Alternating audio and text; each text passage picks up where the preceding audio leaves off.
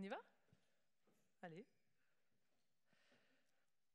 En fait, je vais vous lire une adaptation de mon dernier roman qui s'appelle Une forêt dans la tête.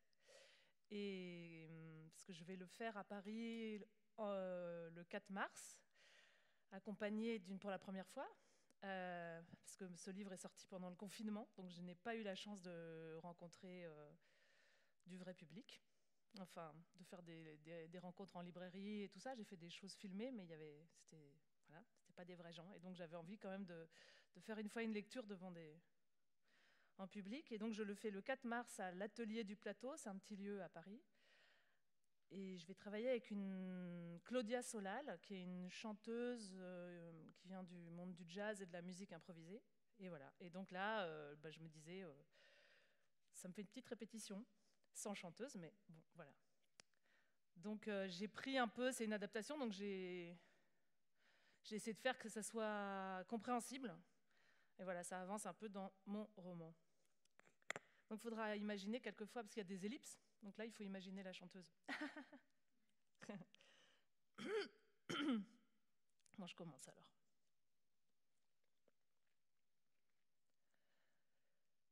Le boulanger se lève tôt le matin pour préparer du bon pain. 2 fois par semaine, elle t'adresse une phrase, impassible, derrière son chignon bien tiré.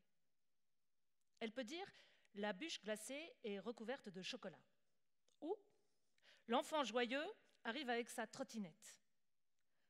Elle peut dire n'importe quelle phrase, du moment qu'elle est neuve pour toi.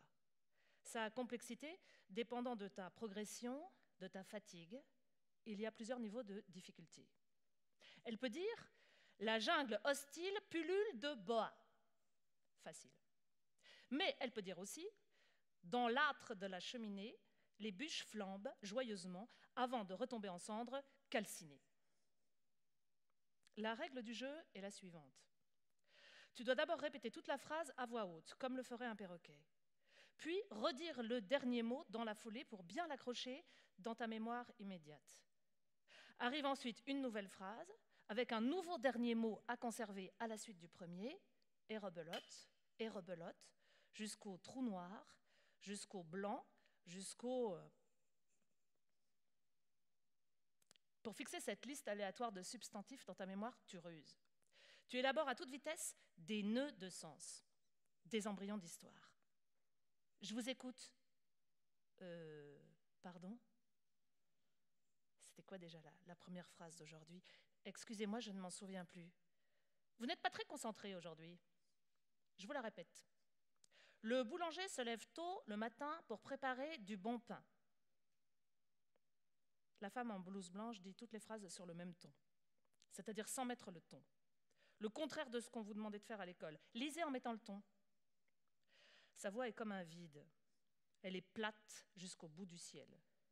Elle n'offre aucune aide d'aucune sorte. C'est à vous.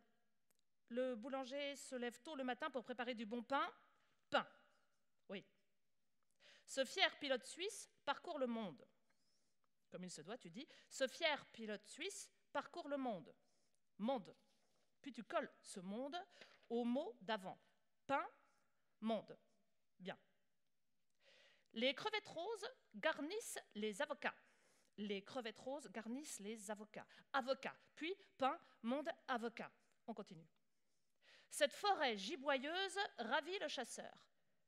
Donc ça fait pain, monde, avocat, chasseur. Et tu penses, entre parenthèses, en même temps que tu parles, le pain est la chose la plus importante au monde. Non, c'est l'avocat, dit le chasseur. Non. Vous devez d'abord dire toute la phrase en entier, s'il vous plaît. Mais quelle sévérité. Tu ris intérieurement. Oui, pardon. Cette forêt ravit le chasseur. Non. C'est pas la bonne phrase? Pas tout à fait. Comment était cette forêt? Profonde? Non. Épaisse? Touffue? Non. Giboyeuse.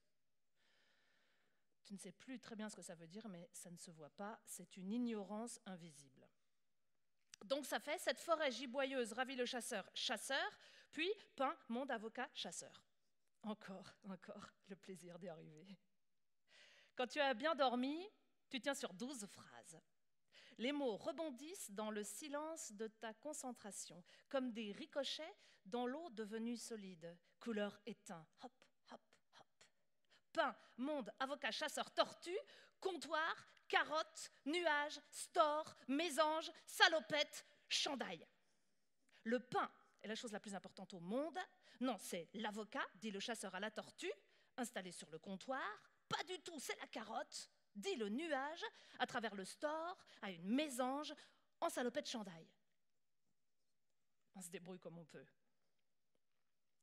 10-12 phrases, c'est la norme chez les gens en bonne santé. Tu es de nouveau dans la norme quand tu es reposé, mais ce n'est pas souvent. Au début, tu tirais la langue au bout de 3 phrases.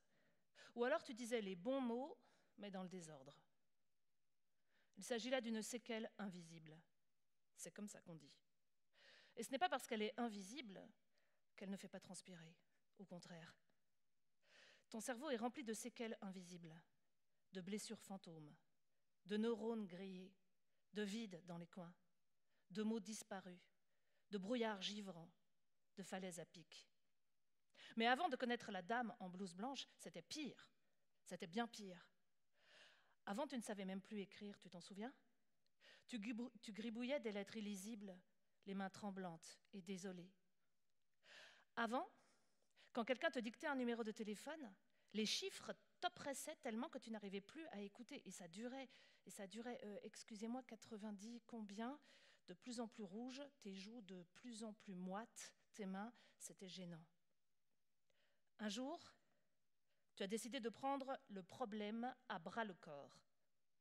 Et voilà plus d'1 an maintenant que tu te retrouves, 2 fois par semaine, dans la salle d'attente du service de rééducation neurologique de l'hôpital de la Pitié-Salpêtrière en externe. Autour de toi, presque tous sont en interne. Elles sont en chaise roulante, ou boîte, ou n'arrivent plus à parler, la bouche de travers, ou se cognent dans les murs car ils ne savent plus reconnaître un mur, ou réapprennent à monter un escalier marche après marche, suant sur la rambarde. Surtout, ne pas oublier, semblent te murmurer les murs de l'hôpital à chaque instant. À quelques heures près, à quelques millimètres près, tu aurais pu être comme eux, tu aurais dû être comme eux. Elle ne marchera plus, elle aura du mal à parler, avait dit le chirurgien à Jean, juste après ta première opération, ratée. Mais tu ne boites même pas, et c'est trompé. Pourtant, c'est un ponte, mais du type à l'ancienne, ne s'embarrassant pas de psychologie. Et tant pis si Jean a failli s'évanouir après le diagnostic, tout seul, écroulé dans le couloir de l'hôpital, avec sa vie qui bascule dans l'impensable, en quelques mots.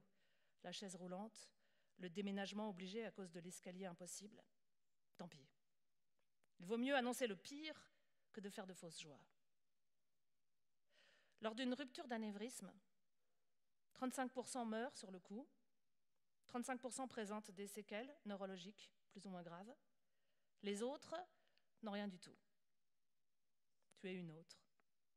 Et tu peux encore marcher, et parler, et bouger, et courir, et sauter, trébucher, et nager, et danser, et tourner sur toi-même, et chanter, et faire les courses, et passer l'aspirateur, et dévaler les escaliers, et ramasser le courrier, et sortir de tes gonds parce que ta fille de 17 ans sort en t-shirt en février, et goûter le soleil, toutes fenêtres ouvertes, et rêver, et faire l'amour, et t'enivrer d'alcool. Tu peux faire tout ce que tu veux, comme avant, comme toujours.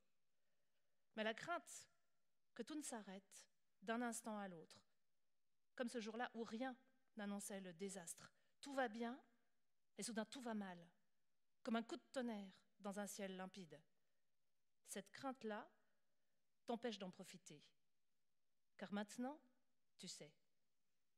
Tu sais de l'intérieur que le pire peut arriver à chaque instant, comme ça. Clac.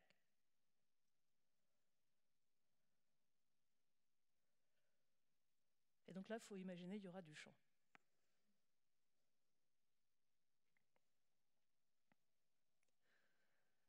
Tu te réveilles presque chaque nuit à l'heure de l'accident. entre 5 heures et 5 heures et quart. On a donc une horloge cachée à l'intérieur. Tu as tout essayé pour apprivoiser le sommeil. Tu as beaucoup investi pour un résultat peu satisfaisant. Maintenant, tu te couches, et voilà tout. Tu prends l'insomnie dans tes bras. Tu lui chantes des petites berceuses pour juguler le flot. Ou alors tu profites de ce temps grand ouvert devant toi pour faire travailler tes neurones de façon active. Tu te déplaces mentalement dans l'espace et dans le temps, comme un tout petit corps céleste. Je ne suis pas là, je ne suis pas là, je ne suis pas là. Tu vas toujours au même endroit. Direction plein sud, dans l'or de l'été, les vitres grandes ouvertes, l'autoroute jusqu'au Boulou. Puis tout de suite à droite, la départementale jusqu'à Saint-Jean-de-Platecorps. Puis, toujours tout droit, Céret. Puis Arles-sur-Tech. Puis la partie vomitive du trajet, l'ascension vers les hauteurs. Puis le plus grand virage du monde juste après le pont qui enjambe le Tech. Puis le jeu traditionnel depuis toujours pour chasser le mal de cœur et raccourcir les 15 derniers kilomètres, les pires, les plus interminables. On compte les voitures en contresens à partir de la bifurcation vers la départementale, mais seulement celles qui roulent. Celles qui sont garées ne comptent pas. Alors tu dis combien jusqu'à l'arrivée au village ? On est quel jour ? Samedi ? Mariage peut-être ? Je dis 18. Mais personne sur la route. Encore raté. Perdu. C'est 6. Tu te souviens de tout ? C'est normal. Tous les jours tu t'entraînes. Toutes les nuits tu inventes des exercices plus contraignants. Tu resserres la focale. Ok, donc maintenant on passe au village. Le village où tu vas depuis si longtemps, depuis 20 ans, depuis 25 ans, tu ne comptes pas, depuis ton amour pour Jean. Le village de l'été. Le trou bleu de la piscine municipale en contrebas, puis le lavoir, puis le 8 à 8, puis l'ancienne épicerie, mangée par le 8 à 8, à vendre, puis l'ancien restaurant fermé, à côté de la boucherie fermée et de la droguerie fermée, puis toutes les maisons fermées avec le panneau à vendre qui claque sur les volets. Mais qui voudrait acheter là, si loin de tout, le long de la route déchirant le village en deux, la route pour l'Espagne, reliant le bourg Cudjat au reste du monde. Mais la route n'apporte que du bruit. Les camions ne s'arrêtent jamais là pour manger. Puis la boutique de bonbons, journaux souvenirs, avec toujours le même marchand derrière le même comptoir. Puis le groupe des vieux, posé sur le parapet au-dessus du terrain de boule. Puis les margelles en bois délimitant l'aire de jeu en sable ratissé. Puis l'escalier jusqu'à l'église. Puis le rideau en plastique contre les mouches sur le seuil d'une maison. Puis parfois, les girolles séchant sur des claies en osier contre les murs. Puis toujours le massif du Canigou au sommet du décor. Puis,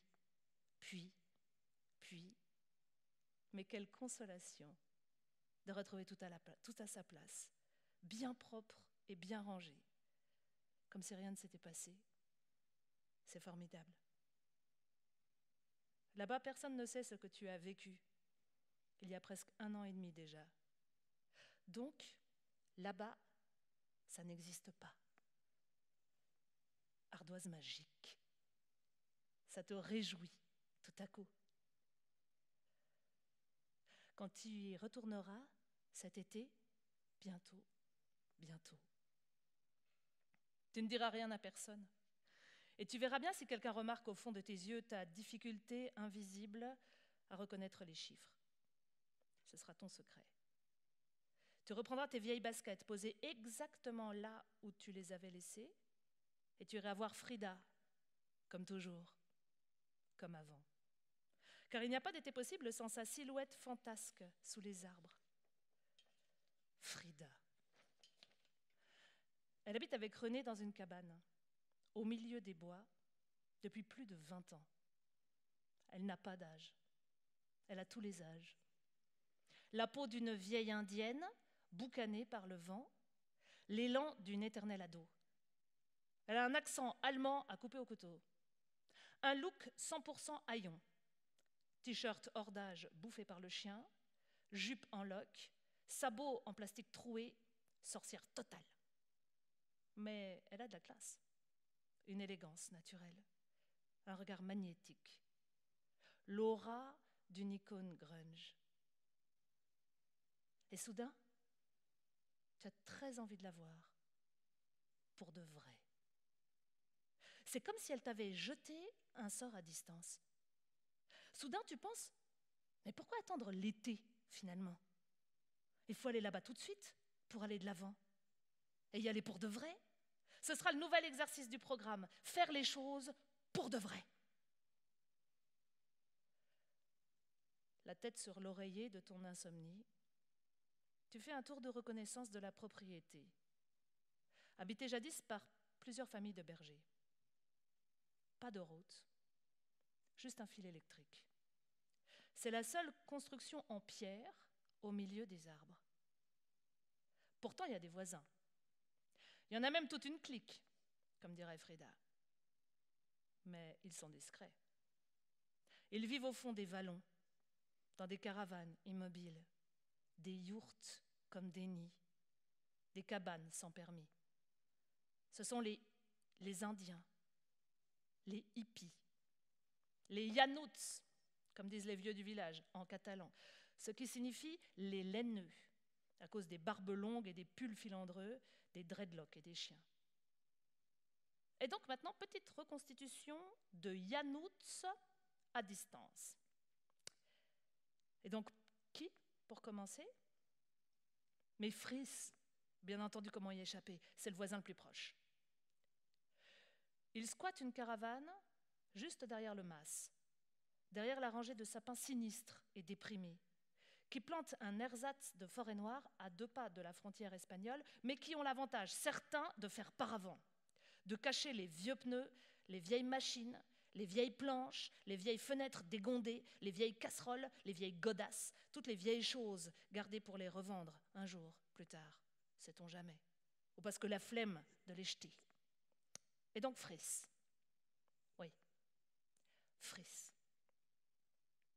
Il est breton, fort comme un bœuf,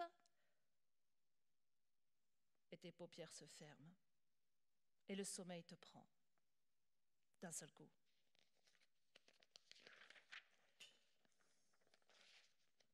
Mais dès le lendemain, mais dès le réveil, tu y retournes.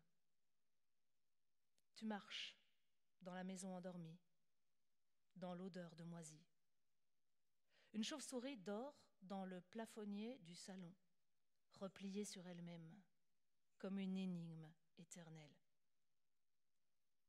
Plus personne ne descend là-bas, à part vous.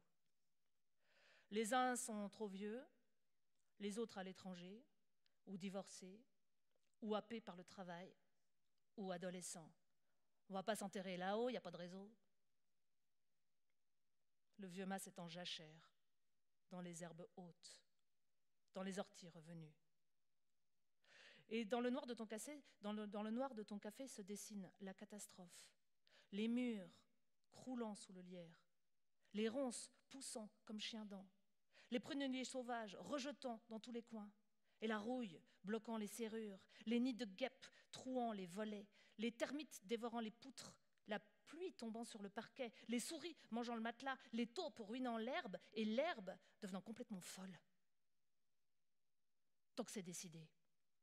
Il faut partir là-bas. D'ailleurs, il n'y a pas le choix, il y a même urgence. Et tout à coup, tu réalises, mais quel bonheur. Tu viens de prendre une décision par toi-même. Il était temps. Tu as passé plus d'1 an à ne faire qu'une seule chose, attendre, attendre, attendre. Les rendez-vous, les comptes rendus des médecins, les résultats des analyses, le seau pour faire pipi, les carottes industrielles, la carafe d'eau, les visites. Mais maintenant, c'est toi qui prends le volant. Tu sais conduire. Tu peux le faire. Tu n'as pas oublié comment on freine. Mais le train est moins fatigant que la voiture. Mais la voiture est plus pratique. Mais le train est beaucoup plus rapide. Mais la voiture a un grand coffre. Mais le train peut transporter un colis suspect. Mais la voiture peut rentrer dans une autre. Mais le train est moins cher. Non, le train est plus cher. Non, le train, ça dépend des jours. Mais la voiture peut crever sur l'autoroute. Mais le train oblige à pénétrer dans une gare où il y a foule. Mais la voiture est l'endroit idéal pour réfléchir. Mais le train est un long boyau rempli de microbes. Mais la voiture permet de chanter à tue-tête des vieux tubes dans la nostalgie de la jeunesse perdue. Mais le train propose des plateaux repas et des toilettes. Mais la voiture est une île. La voiture est une bulle. La voiture est une grotte. Mais le train peut dérailler à cause d'une éclisse de travers. Mais la voiture offre la possibilité de découvrir des endroits formidables. L'air de la bouble, l'air de la briganderie, l'air du gîte au loup et l'air du grand Maulne. Mais le train n'a aucun problème de stationnement. Mais la voiture est le moyen de locomotion le plus dangereux du monde. Mais le train est le moyen le plus romantique. Mais la voiture, mais le train, mais la voiture, mais le train, mais la voiture, le train, la voiture, le train. Et le stop! Ah, tu pourrais faire comme Frida? Moi, j'adore faire du stop. Parce que les gens te racontent des choses qu'ils racontent à personne. Des histoires de bonnes femmes, des histoires psychologiques, des histoires de famille, tout. Ils te racontent tout comme si tu étais curé.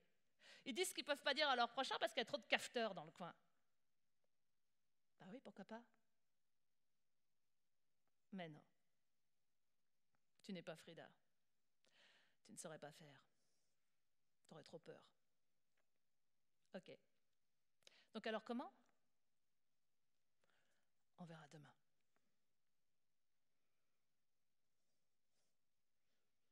Du chant? Et donc le lendemain. Il est 5 heures. 5h14, exactement. Vérification express sur le cadran digital du radio-réveil. 5h12. Quelle ponctualité. Tu vas faire quelques exercices pour te reposer, malgré tout. Tu vas ventiler tes côtes. Tu vas étirer ta colonne.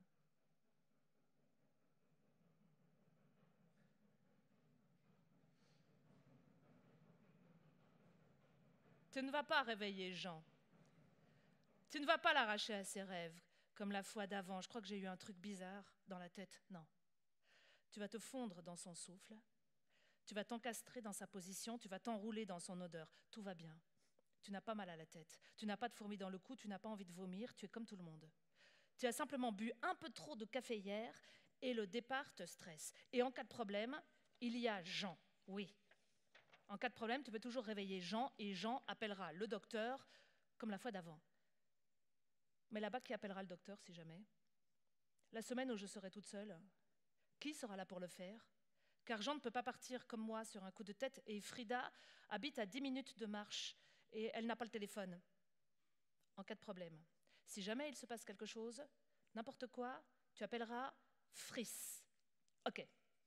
Je dormirai à côté du téléphone fixe, car il n'y a pas de réseau dans le mas. Je poserai un matelas par terre, sur les tomates froides, au milieu des crottes de souris et des mouches mortes. Mais n'importe quoi. Il n'y aura aucun problème.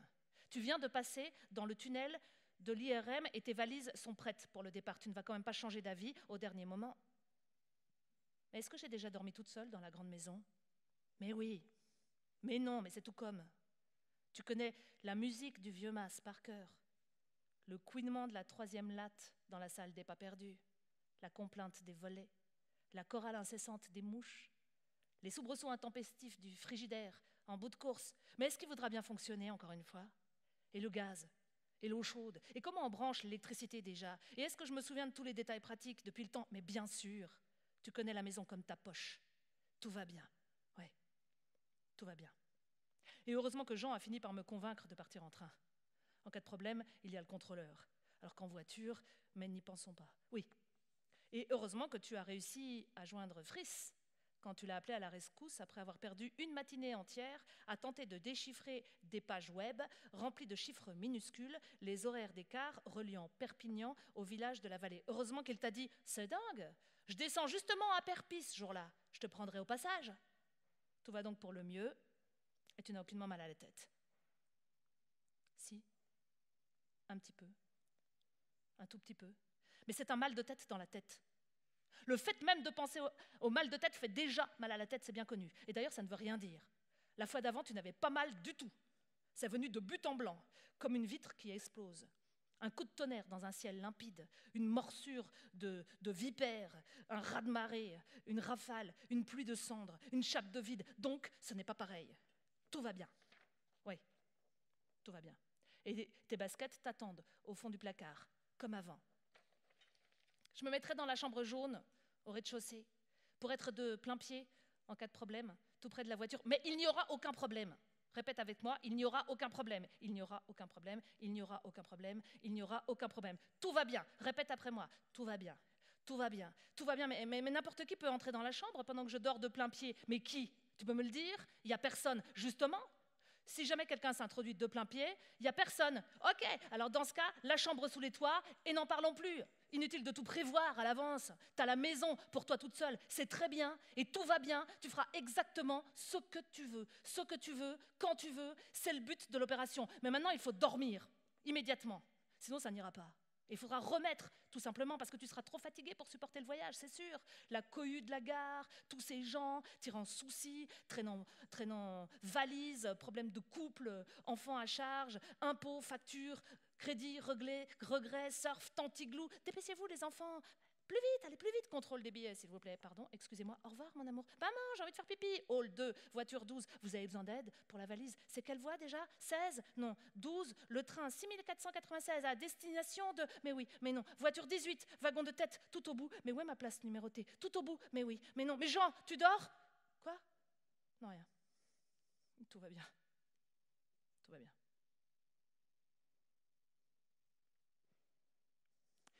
Et là, une grande ellipse dans le temps, beaucoup de champs. Voilà, il faut l'imaginer. Et on se retrouve à la gare de Perpignan. Salut. Salut. Tiens, pose tes affaires à l'arrière. Mais t'as un chien maintenant? Ouais. Puis tout à l'heure, c'est Naya. Tu reconnais pas trop Fris. Veste noire sur t-shirt propre, cheveux attachés en catogan, barbe bien brossée, très tendance tout à coup. Qu'est-ce qui t'arrive? J'avais un enterrement, c'est pour ça que je suis là. Mon pote Ted, mais tu le connais pas, un gars de Perpi. Tu t'enfonces dans les profondeurs tannées de la voiture qui démarre courageusement. Voilà l'autoroute. Fris se lance sur la première voie, à fond de train, en direction de l'Espagne. Il se fait doubler par tous les camions. Et alors il commence à parler de son pote Ted, qui crêchait derrière la gare, et qui s'est fait tabasser en pleine nuit pendant qu'il dormait pour une histoire de thunes, parce qu'il dealait ce con. Mais personne ne saura jamais qui lui a défoncé la gueule, parce qu'il n'est plus là pour le dire.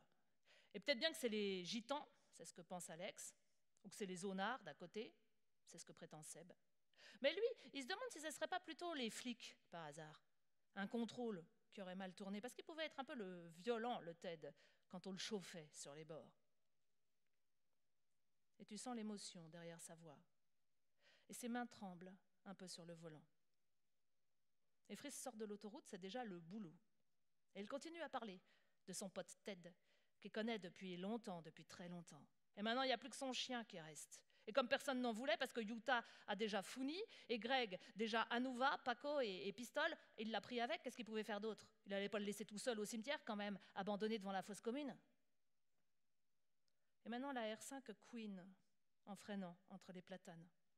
Il y a un tracteur qui bloque. Et le chien grogne en dormant sur la banquette arrière. Et Fris continue de parler. Des chèvres du Moulidenko. Et de Robert, qu'on a ras-le-bol de trouver ses chèvres égorgées tous les 3 jours par les chiens mal dressés.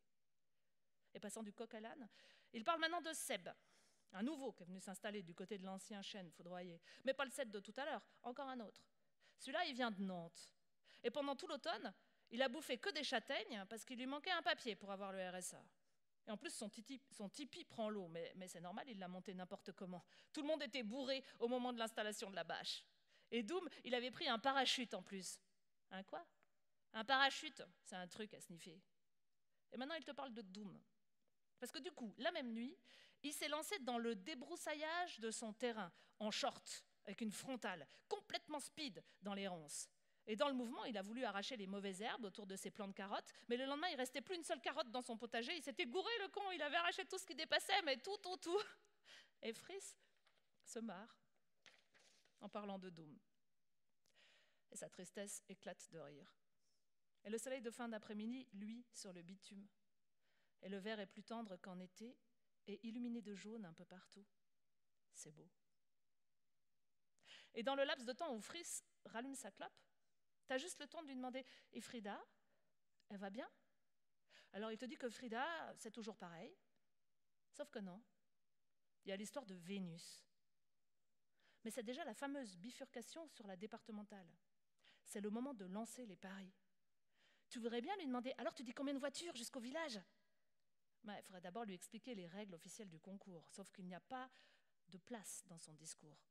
Pas la moindre virgule où te glisser. Alors tant pis, tu joues toute seule. Ça marche aussi.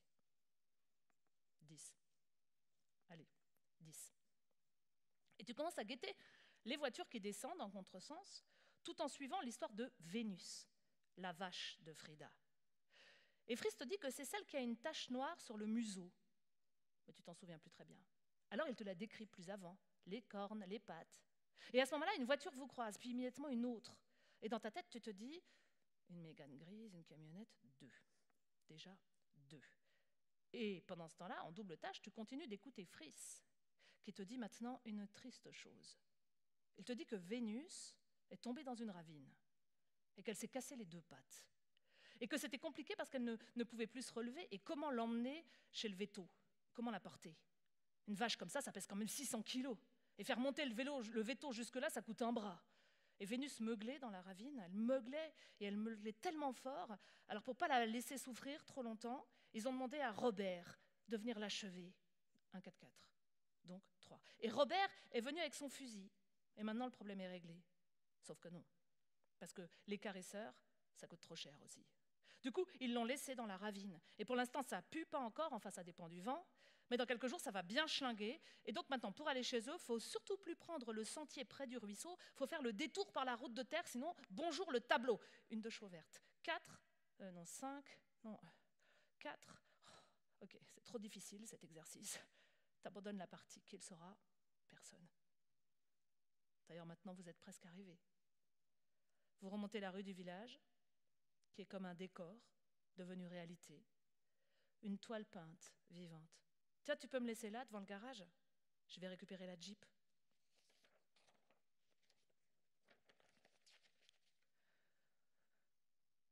La route devient piste. Plus que 4 kilomètres. Tu conduis avec la joie de reconnaître chaque virage, comme sur l'oreiller des insomnies. Et maintenant, il ne manque plus qu'une gazelle pour que ce soit parfait. Ou un petit daim, soyons les réalistes. Ou même un lièvre, des talents. Hop, hop, hop, ça irait aussi. Mais non. Il n'y a qu'une buse qui prend son vol, lentement, ouvrant le paysage devant toi. Elle se pose sur une branche en surplomb. C'est le dernier virage. Et voilà le mas. Il est clos sur lui-même, comme une île de temps compressé. Une forteresse endormie.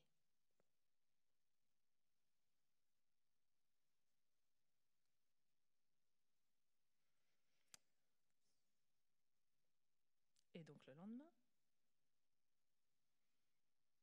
5 heures. Disons 5h12. Non, 5h07 plutôt. Vérification immédiate. 6h04. Mais j'ai dormi comme un loir. Tu éclates de rire intérieurement.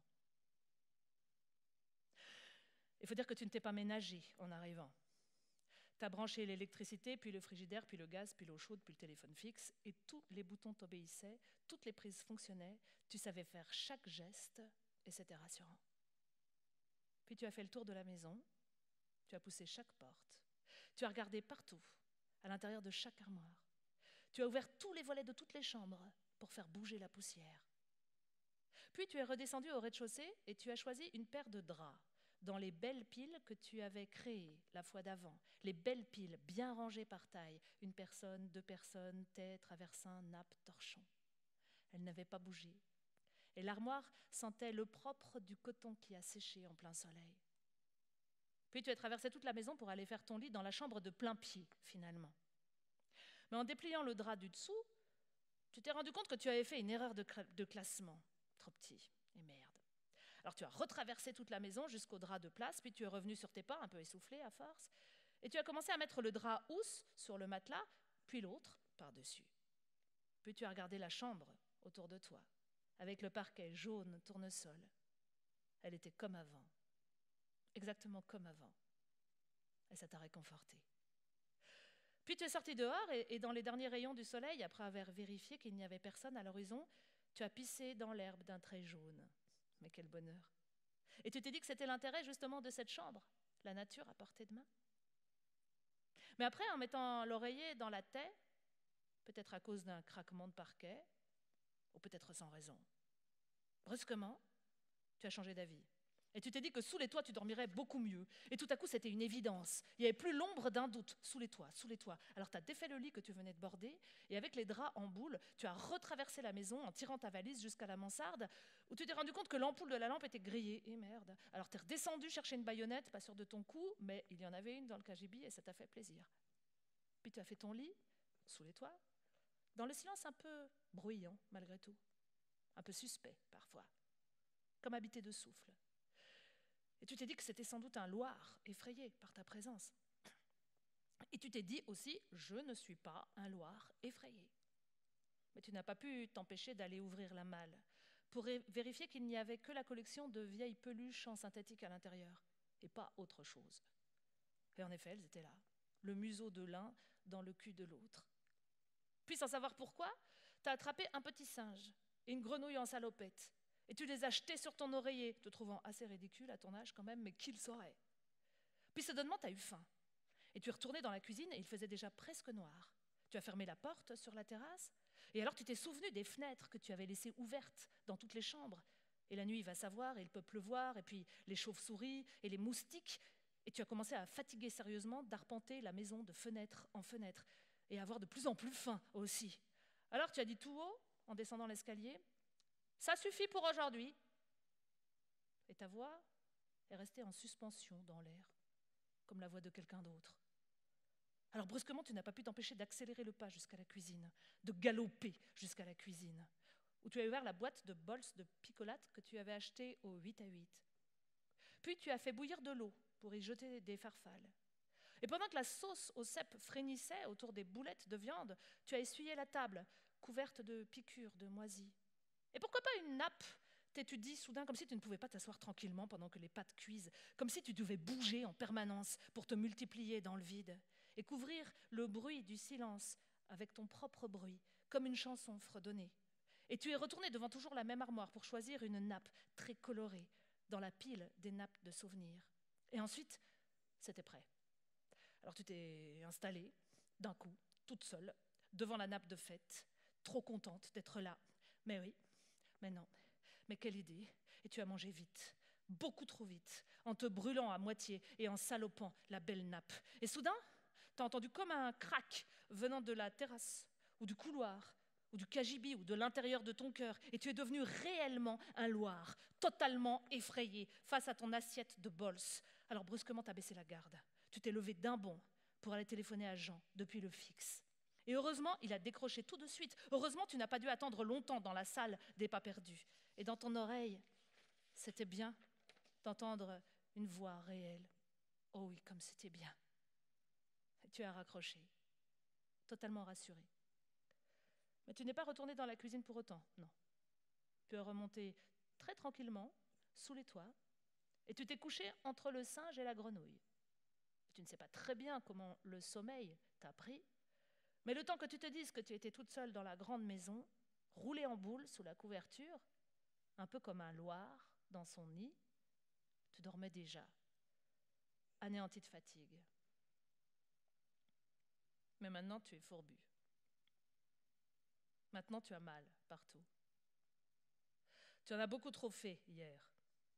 Et même s'il est un peu plus tard que d'habitude, tu ne vas pas te lever à 6 heures du matin quand même. Tu es venu ici pour te reposer, je te le rappelle. Donc maintenant, cool et puis c'est tout, ok? Ok. Tu regardes la grenouille posée sur l'oreiller et tu cherches alors le petit singe disparu au fond des draps. Et tout à coup, tu penses à Vénus, disparue, elle aussi, au fond de la ravine. Et tu commences à t'interroger au lieu de dormir. Et chaque question en amène une autre, sous tes paupières closes. En combien de temps disparaît une vache morte dans une ravine? Et comment? Qui s'en charge? Les sangliers? Les geais? Les renards? Les chiens? Ou seulement les vers? Seulement les mouches aux yeux bleus? Seulement les fourmis rouges? Ou seulement les vautours? Mais les vautours peuvent-ils s'introduire dans une ravine? Quelle est l'envergure d'une aile de vautour? Et comment vas-tu aller voir Frida tout à l'heure? Vas-tu faire le grand détour par la route de terre? Mais en auras-tu le temps vu le planning de ta journée? N'aurais-tu pas plutôt intérêt à passer par le chemin habituel, mais sans regarder du côté de la ravine? Mais l'odeur est-elle déjà là? Y a-t-il du vent? D'ailleurs, où est la vache morte exactement? Existe-t-elle vraiment? Est-elle vraiment vraie, cette histoire de vache morte? Et pourquoi gobes-tu en permanence ce que dit Friss, sans réfléchir plus avant? Et alors tu ouvres les yeux. Une vache morte, au milieu de la forêt, posée là, au pied d'un arbre, comme une girole, c'est une histoire invraisemblable.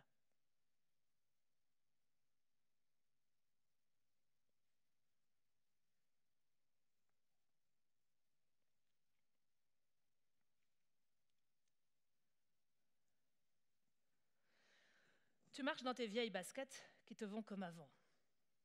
La joie de les retrouver. Combien de fois as-tu pris ce chemin de sanglier? Mettons 10 fois par été, que l'on multiplie par 25 ans, grosso modo, égale 250 fois, égale 500 fois aller-retour, égale combien de pas? Sachant qu'il y a 10 minutes de marche, grosso modo, jusqu'à la cabane, ce qui nous donne en mètres,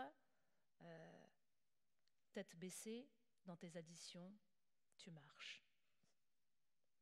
Et soudain, tu as comme une envie de danser sous les arbres du printemps. Et 1, 2, 3, 1, 2, 3. Mais tu ne le fais pas. Tu n'oses pas. Ça ne se fait pas. Si on te voyait. Tu marches comme on le fait dans une forêt, quand on ne veut pas trop se faire remarquer. Un pas après l'autre. Tu es presque au bout de ton programme. Il te reste la vaisselle à finir et quelques mouches mortes à balayer dans la cuisine et sous les toits, et puis c'est tout. Tu as pris la décision très sage d'ignorer les pièces inutiles, de refermer les volets des chambres en trop, tous ces mètres carrés remplis de temps. Tu vas transformer le grand mas en studette, et puis c'est tout. Tu vas te concentrer sur l'essentiel, manger, dormir, et puis c'est tout. Tu regardes le long tuyau noir qui pompe l'eau du ruisseau jusqu'à la cabane de Frida. Ici, il est percé. L'eau s'échappe en arc-en-ciel dans un rayon de soleil, instantané, irisé. Tu essaies d'immortaliser l'instant avec ton téléphone. Ça ne donne rien, poubelle. Tu reprends ta marche le long du serpent noir qui fuit. Il va au même endroit que toi. Mais quelle bêtise de croire Friss. Une vache morte dans une ravine, puis quoi encore? Personne ne t'en a parlé au village. Personne n'y a fait la moindre allusion. Pourtant, tu as croisé du monde. Le facteur, la caissière du 8 à 8, les vieux sur le parapet, à qui tu as dit, comme chaque été, « Bonjour, mais quel bonheur d'être là !» Et on t'a répondu, « Ça faisait longtemps. Vous n'êtes pas venu l'été dernier, n'est-ce pas ?» Comme si c'était une obligation immuable. Mais rien de plus. Donc Friss t'a juste fait une petite blague. La petite parisienne, à qui on peut raconter n'importe quoi comme c'est drôle. D'ailleurs, à propos de Paris, cette forêt giboyeuse ravit le chasseur. Cette forêt giboyeuse ravit le chasseur. Si tu ne travailles pas plus régulièrement, tu vas perdre la main. Si tu ne travailles pas plus régulièrement, tu vas perdre la main. Main. Donc ça fait chasseur, main. Mais non. Finalement, non. Plutôt plus tard. Cette nouvelle obsession de tout faire en même temps, c'est épuisant.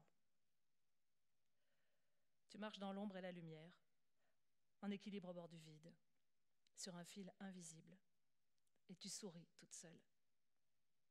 Aujourd'hui, c'est classe verte. Soudain, tu entends un grincement, comme un coup d'archet dans les broussailles. Tu te retournes brusquement.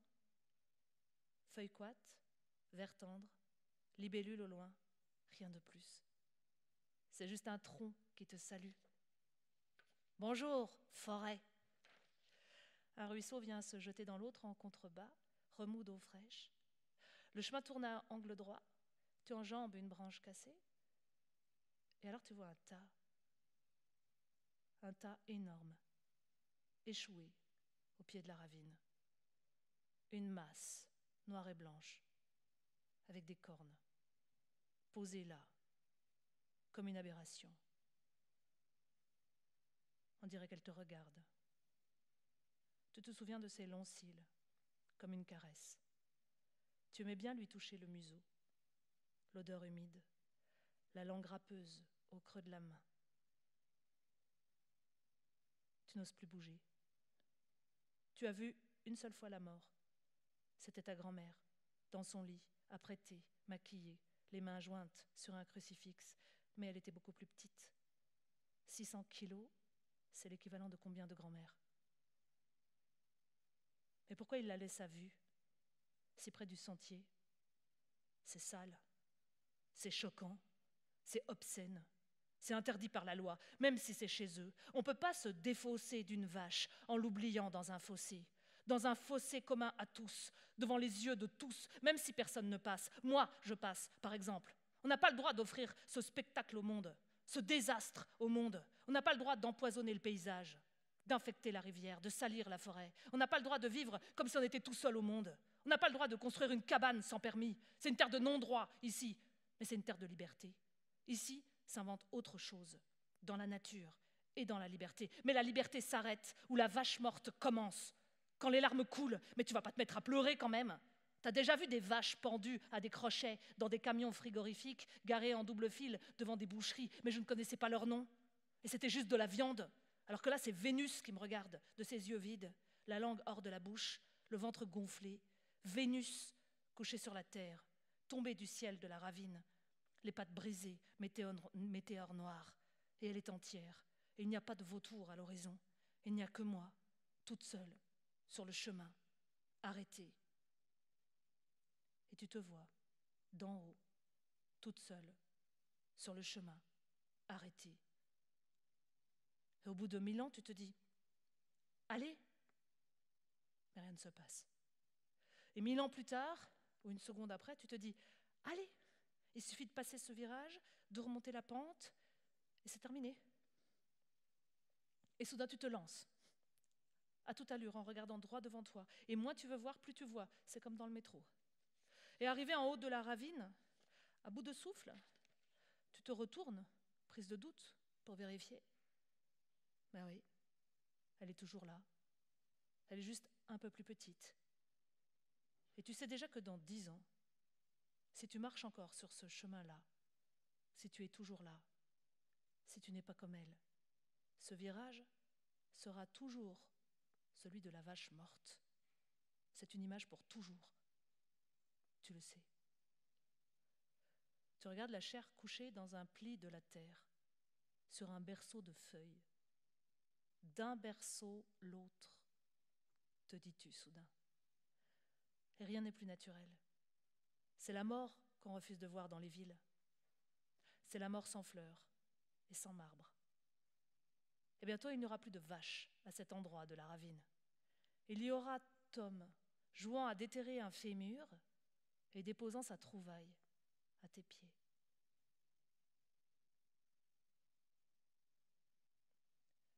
Frida? Frida? René? Y a quelqu'un?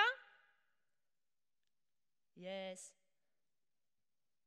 Et Tom arrive en jappant et te laboure les jambes. Tout est comme d'habitude. Sauf que ce n'est pas Tom.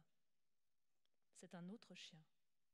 Et il galope comme un fou jusqu'à la cabane. Frida te fait un grand sourire. Le chien te lèche le visage. C'est qui? C'est Gogo. Tu éclates de rire. Elle aussi. On ne pouvait pas trouver mieux. Frida dit Gogo à tire-larigot. Des fleurs à gogo, des embrouilles à gogo. Et Tom, il est où? Il est mort cet hiver. Je voulais pas en prendre un nouveau parce que c'est trop triste après. Mais finalement, dès qu'on l'a vu, celui-là, on a craqué à gogo. Et elle rit encore. Et toi aussi. Vous êtes si contente de vous revoir. Tu veux un carreau? J'ai de l'eau chaude. Ok. Elle passe un verre sous le tuyau noir pour le rincer. Il fuit ton tuyau. Où ça? En contrebas du mas. Pourquoi vous la laissez si près du sentier? Et tu n'as même pas besoin de dire Vénus pour qu'elle comprenne de quoi tu parles. T'es passé par là? Ben oui. Et dans ton oui, il y a une brutalité qui t'échappe. Il y a c'est dégueulasse. Il y a c'est interdit par la loi. Elle te tend le verre mouillé. Tu penses alors au ruisseau d'où vient l'eau dont elle se sert. Le ruisseau qui court dans la forêt. Faut juste attendre, c'est tout. Et laisser faire la nature. Tu prends le verre, tu le poses devant toi. Parce qu'on ne peut pas l'enterrer. À cause des sangliers, ils foutent tout en l'air en moins de 2, c'est du travail perdu. Et la chose, ça ne va pas non plus. C'est auprès du ruisseau. On aurait dû la couper en morceaux et la foutre dans un congélo. Mais d'abord, on n'en a pas. Et ensuite, je ne peux pas couper Vénus quand même. Ça fait 15 ans qu'on l'a. C'est mieux de la laisser à l'air libre. Dans 3 semaines, il n'y aura plus rien. C'est comme Pégase. Elle est morte, elle aussi? Bah ouais. Juste après Tom. C'est une année comme ça. Merdique à gogo. Va te faire foutre. Et cette fois-ci, plus personne ne rit. Et dans son regard, il y a comme un trou au fond du bleu.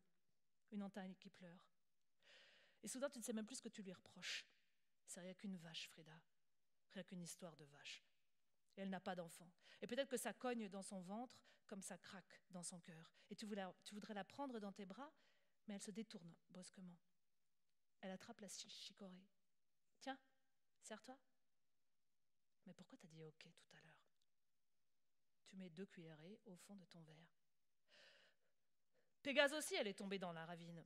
Mais elle est mode direct. Tac, le coup du lapin. Et tu veux que je te dise? Je crois qu'elle s'est suicidée. Je suis sûre que les vaches, elles peuvent se suicider, parce que normalement, elles ne vont pas le long des ravines, mais là, elles n'arrêtaient pas d'y traîner. Et Vénus, elle a voulu faire comme Pégase, parce qu'elle était vachement triste de l'avoir perdue. Elle n'arrêtait pas de meugler, toute la journée, me. Le chien se met à aboyer en canon, et c'est un concert improvisé sous l'auvent de la véranda. Ouah, ouah, ouah. Puis Frida lui jette une chaussure au loin pour revenir à son histoire. Mais il revient, ventre à terre, et rebelote, et rebelote. Et pour finir, elle le prend sur ses genoux, comme un bébé. Et Vénus, elle a juste réussi à se casser les jambes, mais tu rigoles. Et maintenant, elle est dans le ravin, bien tranquille. Et c'est Galaxy qui reste. C'est Galaxy qui survit à tout. Et moi, j'ai pas envie qu'elle aille se jeter comme les autres, merde alors, parce que maintenant, elle est toute seule. Et hier, elle faisait déjà me. Et du coup, j'ai demandé à Jo s'il n'avait pas une petite vache à me larguer. Peut-être en hiver, qui m'a dit. Son visage s'éclaire d'un grand sourire d'enfant. Elle va reprendre une nouvelle vache. Elle est folle. Moi, je veux une vache d'1 semaine pour lui donner le biberon comme Luna. Mais toi, tu l'as pas connue, Luna. C'était avant qu'on se croise. C'était ma première vache. Elle faisait que des conneries. C'était vraiment une vache de conneries. Tiens, tu me dis stop pour l'eau? Tu n'oses pas lui dire non merci, j'ai pas envie de boire dans ce verre. D'ailleurs, il brille au soleil, parfaitement propre. Ouais, Luna, une fois, René s'était fait mal, fallait qu'il aille à l'hôpital et une copine nous avait amené là-bas parce que moi, j'ai pas le permis. Et en rentrant chez nous le soir, je la trouve pas, Luna. Et merde, je me dis, il faut encore que je galope la chercher. Et je rentre dans le tipi, parce qu'à l'époque, on avait un tipi. Et là, qu'est-ce que je vois? Luna dans notre lit. Mais tu rigoles. Elle avait fait caca et pipi, le matelas était couvert, mais elle était vraiment jolie. Je voulais la prendre en photo, mais je savais pas faire. Tu t'abstrais du récit, le temps d'un zoom panoramique. Tu regardes Frida te parler, accouprie à l'indienne. Tu te regardes l'écouter, vautrer dans le canapé. C'est comme si rien ne s'était passé. Jamais. Et c'est formidable. Parce que c'est exactement ce que tu voulais à Paris, quand tu t'imaginais ici sur l'oreiller des angoisses. C'est exactement ce que tu veux. Sauf le faux café au creux de ta main, que tu n'oses pas boire par précaution sanitaire, que tu n'oses pas refuser non plus par politesse, et qui te brûle le bout des doigts comme un cadeau empoisonné. Et quoi d'autre comme connerie? Raconte encore. Et maintenant, Frida boit son carreau devant toi, son breuvage de vache morte, sa potion de Vénus. Et en la voyant avaler cette eau noire, tu réalises à quel point cette femme fait confiance à la vie d'une façon totalement déraisonnable. C'est comme si tu la voyais pour la première fois, en vrai, loin du folklore où tu l'enfermes dans un été éternel, dans un pays utopique, à l'abri du vrai monde et des vrais dangers. Car elle n'a pas le téléphone, elle n'a pas le permis de conduire, elle est à 1 heure de marche du premier docteur et la pharmacie vient de fermer au village. Le moindre médicament se trouve à 15 km de virage en épingle et en stop, n'en parlons pas. Mais elle n'y pense même pas. Elle s'en fiche. Elle est là. Tout simplement. Là. Comme ça. Au bout du bout de la route de terre. Au bout du bout de la terre.